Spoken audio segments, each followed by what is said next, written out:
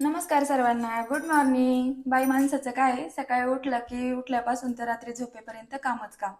म्हटलं चला आज त्याच कामाचा एक छोटासा भाग तुमच्यासोबत शेअर करावा. व्हिडिओमध्ये मी माझं डेली रुटीन शेअर करते, पण त्यासोबतच आयुष्यातले काही चांगले वाईट अनुभवही मी तुमच्यासोबत शेअर करणार आहे. त्यासाठी व्हिडिओ शेवटपर्यंत पहा. आवडला तर नक्कीच लाईक शेअर करा आणि असेच माझे नवीन नवीन व्हिडिओ पाहण्यासाठी चॅनलला सबस्क्राईब करा. तर आयुष्यामध्ये कसं असतं, बाई माणसाला एकटं राहायचं म्हटलं ना, घरी मिस्टर जॉबला असल्यावरती, मुलं शाळेत गेल्यावरती, तर तिची खूप दिवसभर कामात तर वेळ जातो, पण जो काही रिकामा वेळ भेटतो ना, मग एकटं असलं की चिडचिड होते. आज आता मी कृष्णाचं आवरून दिलं सगळं. माझ्या मुलाचं नाव कृष्णा आहे.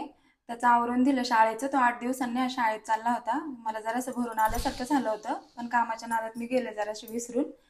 त्याला कांजिण्या झाल्या होत्या, त्यामुळे तो आजारी होता, तर 8 दिवस घरीच होता. आता मी घेतलं बाहेरचं सगळं आवरायला, त्याला शाळेत पाठवलं. एकदा मुलं शाळेत गेली की मग आपलंही काम सुचतं आपल्याला. आता मी बाहेरचं आवरायला घेतलं. आमच्या शेजारी कन्स्ट्रक्शनचं काम चालू आहे ना, तर खूप सिमेंट आहे, तर खूप धूळ असती. सकाळी बाहेरचं आवरल्याशिवाय घरातलं तर कामच सुचत नाही काही. कारण बाहेर कशालाही गेलं की सगळी पायाला धूळ चिटकून येते.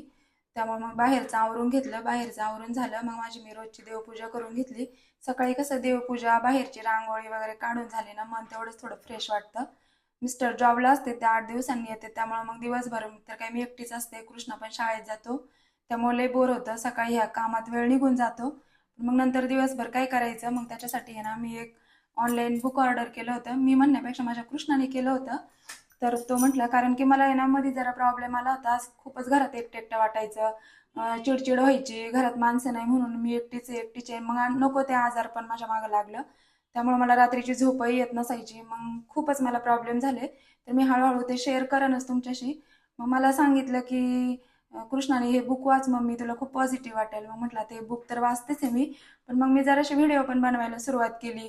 सगळे म्हणत होते इन्स्टावर ताई तुमच्या खूप छान रील्स असतात, तर तुम्ही डेली रुटीनचे व्हिडिओ पण यूट्यूबवरती शेअर करत जाणार, खूप छान असतं सगळं काही तुमचं. म्हणून मग मी सुरुवात केली आजपासून. माझा हा पहिलाच व्हिडिओ आहे. जरासा कॉन्फिडन्स कमीच आहे, मला भीतीही वाटतीये बोलताना, पण केलाय मी, ट्राय केलाय. पहा कसं वाटलंय आणि मला कमेंटमध्ये सांगा की आयुष्यामध्ये असे काही अनुभव असतात की बाई माणसाला एकदा एकटं एकटं वाटायला लागलं ना की खूप प्रॉब्लेम येतात नंतर. त्यामुळे वेळ आहे तोपर्यंत स्वतःला कसं पॉझिटिव्ह बनवता येईल याचा थोडासा लेडीजने विचार केला पाहिजे. त्याच उद्देशाने मी हा विचार केला. तर मी त्यासाठी हे बुक मागवलंय ऑनलाईन. तर खूप छान बुक आहे. एवढं तर काही मी अजून वाचलं नाही, पण जो काही मला अनुभव आलाय तर खूप छान पॉझिटिव्ह आहे. तर अजून काय अनुभव आलाय मला हे मी नेक्स्ट व्हिडिओमध्ये तर तुमच्यासोबत शेअर करणारच आहे. त्यासाठी आत्ताच माझ्या चॅनलला सबस्क्राईब करा, म्हणजे तुम्हाला असेच नवीन नवीन कंटेंट पाहायला भेटतील. तोपर्यंत बाय, भेट.